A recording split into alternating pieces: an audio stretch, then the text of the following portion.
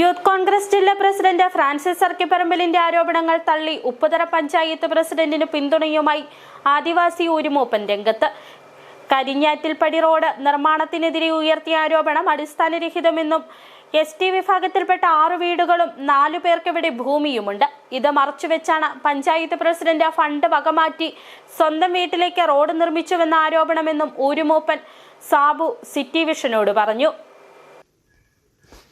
Youth Congress ജില്ലാ president Francis Devasya അറക്കൽപ്പറമ്പിൽ Upputhara പഞ്ചായത്തിലെ ആസ്തി രജിസ്റ്റർ തിരുത്തിയെന്ന ആരോപണം പഞ്ചായത്ത് പ്രസിഡന്റ് പുറത്തുവിട്ടതിനെ തുടർന്നാണ് ST ഫണ്ട് തട്ടിയെടുത്ത് സ്വന്തം വീട്ടിലേക്ക് റോഡ് നിർമ്മിച്ചതായി പത്രസമ്മേളനത്തിലൂടെ ഫ്രാൻസിസ് ആരോപണമുയർത്തിയത്.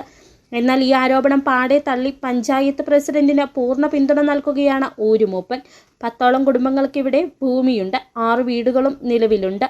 റോഡ് നിർമ്മാണത്തിൽ ജെയിംസ് KJ ഇടപെട്ടിട്ടില്ല. വാർഡ് മെമ്പറായ MD സജിയുടെ ആവശ്യപ്രകാരം ബ്ലോക്ക് പഞ്ചായത്ത് അംഗം MD മനോജാണ് ഫണ്ട് അനുവദിച്ചതെന്നും ഊരുമൂപ്പൻ സാബു പറഞ്ഞു.